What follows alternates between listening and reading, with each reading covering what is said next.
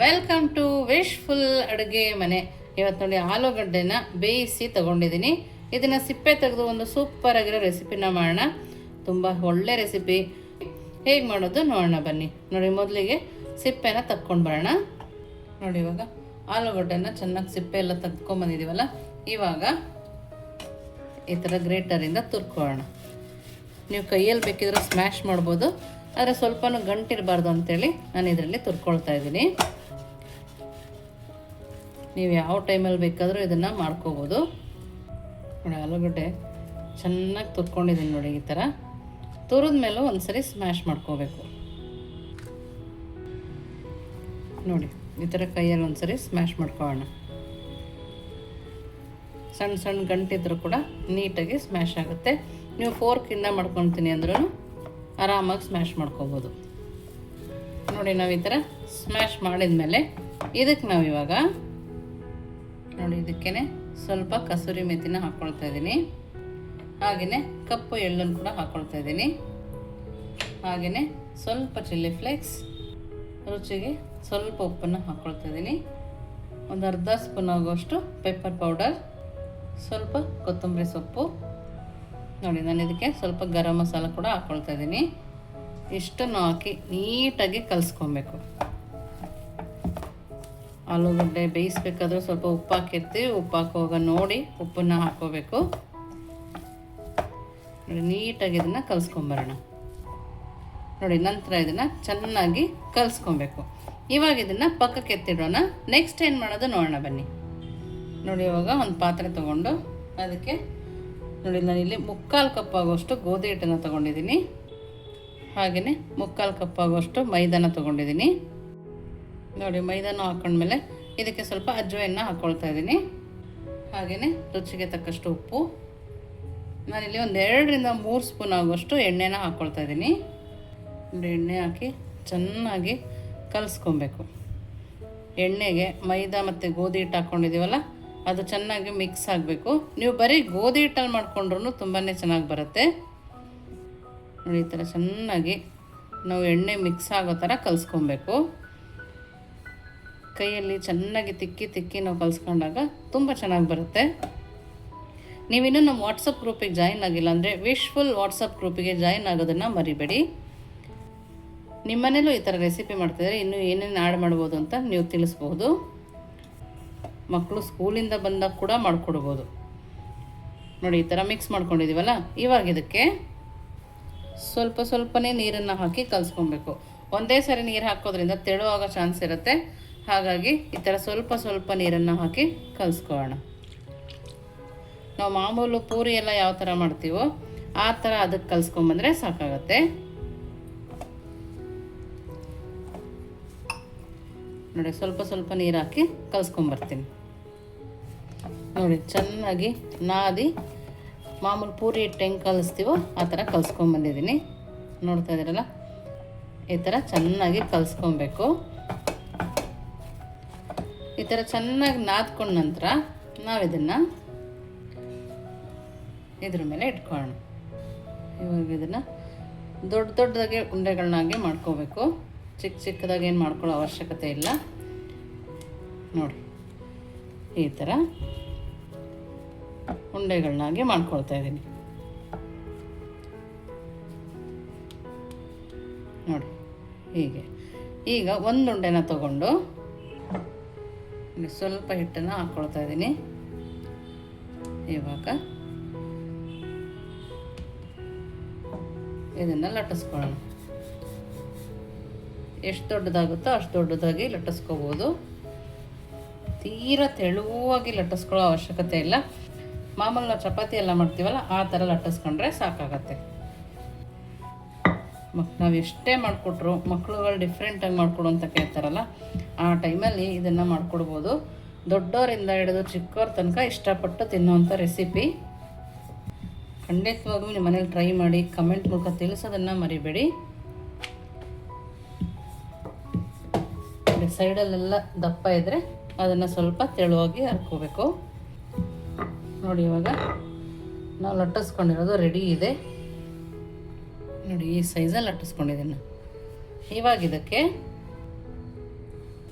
ನೋಡಿ, ನಾವು ಆಲೂಗಡ್ಡೆ ಸ್ಟಫಿಂಗ್ ಮಾಡಿದ್ವಲ್ಲ ಅದನ್ನು ಹಾಕೋಣ.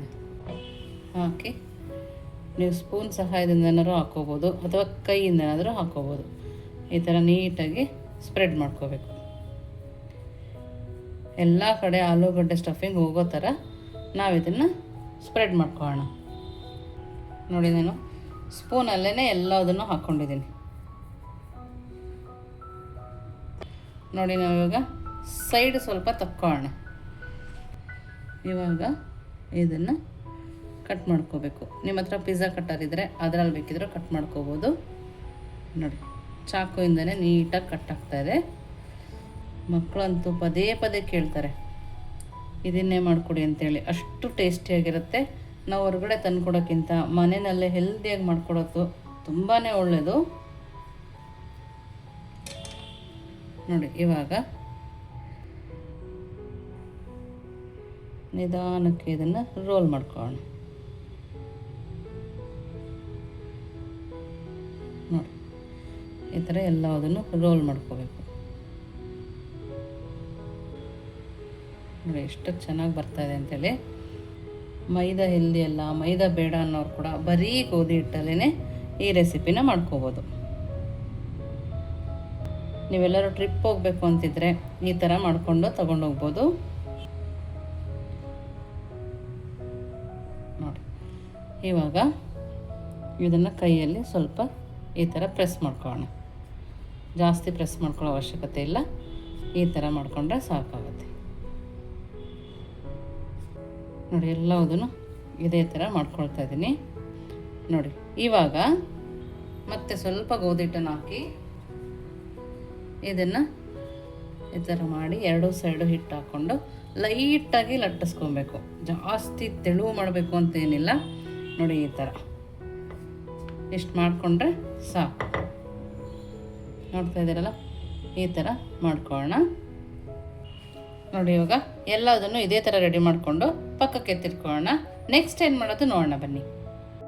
ನೋಡಿ, ಇವಾಗ ಒಂದು ಬೌಲ್ ತೊಗೊಂಡು ನಾನಿಲ್ಲಿ ಕಾರ್ನ್ಫ್ಲೋರ್ನ ಹಾಕ್ಕೊಳ್ತಾ ಇದ್ದೀನಿ. ಒಂದು ಅರ್ಧ ಬೌಲ್ ಆಗೋಷ್ಟು ಹಾಕ್ಕೊಂಡಿದ್ದೀನಿ. ಇದಕ್ಕೇ ಸ್ವಲ್ಪ ಉಪ್ಪು, ಹಾಗೆಯೇ ಹಸಿಮೆಣಸಿನ್ಕಾಯಿ, ಸ್ವಲ್ಪ ಗರಂ ಮಸಾಲ, ಸ್ವಲ್ಪ ಚಿಲ್ಲಿ ಪೌಡರ್ನ ಹಾಕಿ ಚೆನ್ನಾಗಿ ಮಿಕ್ಸ್ ಮಾಡ್ಕೊಳ್ಳೋಣ. ನೋಡಿ, ಈ ಥರ ಮಿಕ್ಸ್ ಆದ ನಂತರ ಇದಕ್ಕೆ ಸ್ವಲ್ಪ ಸ್ವಲ್ಪ ನೀರನ್ನು ಹಾಕಿ ಗಂಟಿಲ್ಲದೆ ಇರೋ ಥರ ನಾವು ಇದನ್ನು ಕಲಿಸ್ಕೊಬೇಕು. ನಾವು ಈ ಥರ ಮಾಡೋದ್ರಿಂದ ತುಂಬಾ ಕ್ರಿಸ್ಪಿಯಾಗಿ ಬರುತ್ತೆ ನಾವು ಮಾಡೋ ರೆಸಿಪಿ. ನೋಡಿ, ಈ ಥರ ಒಂದು ಸ್ವಲ್ಪನೂ ಗಂಟಿರಬಾರ್ದು. ನೋಡಿ, ಈ ಹದದಲ್ಲೇ ಇರಬೇಕು. ತೀರಾ ತೆಳು ಆಗಬಾರ್ದು, ಮೀಡಿಯಮ್ಮಾಗಿ ಗಟ್ಟಿಗಿದ್ರೆ ಸಾಕಾಗತ್ತೆ. ನೋಡಿ, ಈ ಥರ ನೀಟಾಗಿ ಕಲಿಸ್ಕೊಬೇಕು. ನಿಮ್ಮ ಹತ್ರ ಎಳ್ಳಿತ್ತು, ಬಿಳಿ ಎಳ್ಳು ಅಂದರೆ ಅದನ್ನು ಕೂಡ ಹಾಕ್ಕೋಬೋದು, ತುಂಬಾ ಚೆನ್ನಾಗಿ ಬರುತ್ತೆ. ಇವಾಗ ನಾವು ಒಂದು ಪ್ಯಾನ್ ತಗೊಂಡು ಅದಕ್ಕೆ ಎಣ್ಣೆನ ಹಾಕ್ಕೊಳ್ತಾ ಇದ್ದೀನಿ. ನಾವು ಬಜ್ಜಿ ಬೊಂಡ ಕರಿತೀವಲ್ಲ ಆ ಥರ ಎಣ್ಣೆ ಹಾಕ್ಕೊಬೇಡಿ. ಮೀಡಿಯಮ್ಮಾಗಿ ಶಾಲೋ ಫ್ರೈ ಮಾಡ್ತೀವಲ್ಲ ಅಷ್ಟು ಹಾಕ್ಕೊಂಡ್ರೆ ಸಾಕಾಗುತ್ತೆ. ನೋಡಿ, ಇಷ್ಟು ಎಣ್ಣೆನ ಹಾಕ್ಕೊಂಡು ಇದು ಸ್ವಲ್ಪ ಬಿಸಿ ಆಗಬೇಕು. ನೋಡಿ, ಎಣ್ಣೆ ಚೆನ್ನಾಗಿ ಕಾದಿದೆ. ಈ ಟೈಮಲ್ಲಿ ಕಾರ್ನ್ಫ್ಲೋರ್ ಒಳಗಡೆ ನಾವು ಈ ಥರ ಇದನ್ನು ಡಿಪ್ ಮಾಡಿ ನಿಧಾನಕ್ಕೇ ಹಾಕ್ಕೋಬೇಕು.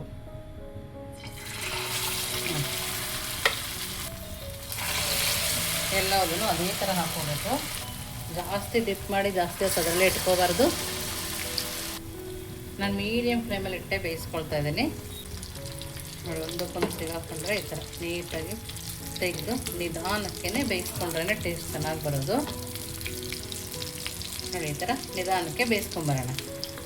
ನೋಡಿ, ಎಷ್ಟು ಚೆನ್ನಾಗಿ ಕಲರ್ ಬಂದಿದೆಯಲ್ಲ. ಈ ಕಲರ್ ಬಂದಾಗ ನಾವು ಇದನ್ನು ತಕ್ಕೊಳ್ಳೋಣ.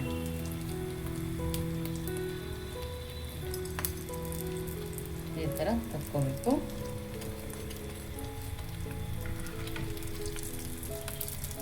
ಇನ್ನೊಂದು ಜರಡಿಲಿ ಹಾಕಿಟ್ರೆ ಅದರಲ್ಲಿರೋ ಎಣ್ಣೆನೂ ಕೂಡ ಇಳಿದಿರುತ್ತೆ.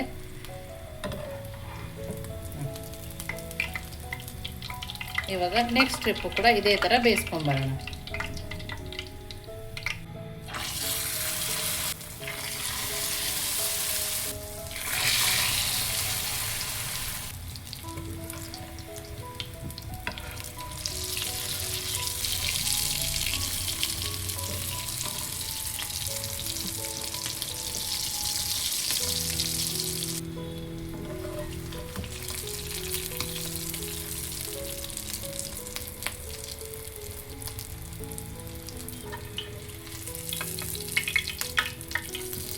ನಾನು ಇದನ್ನು ಕೈಯಲ್ಲೇ ಪ್ರೆಸ್ ಮಾಡಿದ್ನಲ್ಲ ಅದೇ ಥರ ಬೇಯಿಸ್ಕೊಂಡಿದ್ದೀನಿ. ಅದು ಈ ಥರ ಇದೆ. ಎರಡೂ ಕೂಡ ಕ್ರಿಸ್ಪಿಯಾಗೇ ಇದೆ. ನಿಮಗೆ ಯಾವ ಥರ ಬೇಕೋ ಆ ಥರ ಮಾಡ್ಕೊಬೋದು. ಇವಾಗ ಇದನ್ನು ನೋಡಿ, ಇವಾಗ ಇದನ್ನು ಟೇಸ್ಟ್ ಮಾಡಿ ನೋಡೋಣ ಯಾವ ಥರ ಇದೆ ಅಂಥೇಳಿ. ನೋಡ್ತಾ ಇದ್ದೀರಲ್ಲ, ಸೌಂಡ್ ಕೇಳಿಸ್ತಿರೋದು ಎಷ್ಟು ಕ್ರಿಸ್ಪಿಯಾಗಿ ಬಂದಿದೆ ಅಂಥೇಳಿ. ಒಳಗಡೆ ಕೂಡ ನೋಡಿ ಆಲೂಗಡ್ಡೆ ಸ್ಟಫಿಂಗ್ ಎಷ್ಟು ಚೆನ್ನಾಗಿ ಬಂದಿದೆ. ಬಿಸಿ ಬಿಸಿಯಾಗಿ ತಿಂತಾ ಇದ್ರಂತೂ ಸೂಪರಾಗಿರುತ್ತೆ. ನೀವು ಸಮೋಸಾಗಳನ್ನ ತಿನ್ನೋದೇ ಮರ್ತು ಬಿಡ್ತೀರ, ಅಷ್ಟು ಚೆನ್ನಾಗಿದೆ. ತುಂಬ ಅಂದರೆ ತುಂಬ ಚೆನ್ನಾಗಿದೆ. ಮೇಲೆ ಲೇಯರ್ ಕ್ರಿಸ್ಪಿಯಾಗಿ, ಒಳಗಡೆ ಸಾಫ್ಟಾಗಿ ತುಂಬ ಚೆನ್ನಾಗಿದೆ. ನೀವು ತೆಳುವಾಗಿ ಮಾಡ್ಕೊಂಡವಲ್ಲ ಅದನ್ನು ಕೂಡ ನೋಡಿ, ತೆಳುವಾಗಿದ್ದರೆ ಇನ್ನೂ ಕೂಡ ಕ್ರಿಸ್ಪಿಯಾಗಿರುತ್ತೆ. ನೋಡ್ತಾ ಇದ್ದೀರಲ್ಲ, ಮೇಲೆ ಲೇಯರ್ ತುಂಬ ಕ್ರಿಸ್ಪಿಯಾಗಿರುತ್ತೆ ಅವಾಗೂ. ಎರಡೂ ಥರ ಮಾಡ್ಕೊಂಡು ನೋಡಿ ಹೇಗೆ ಬಂತು ಅಂತ ವಿಶ್ಫುಲ್ ಅಡುಗೆ ಮನೆಗೆ ಕಮೆಂಟ್ ಮೂಲಕ ತಿಳಿಸೋದನ್ನು ಮರಿಬೇಡಿ. ನೀವಿನ್ನೂ ನಮ್ಮ ಚಾನಲ್ ಲೈಕ್ ಮಾಡಿದರೆ ಲೈಕ್ ಮಾಡಿ, ಶೇರ್ ಮಾಡಿ, ಸಬ್ಸ್ಕ್ರೈಬ್ ಮಾಡಿ. ವಿಶ್ಫುಲ್ ಅಡುಗೆ ಮನೆಗೆ ಥ್ಯಾಂಕ್ ಯು.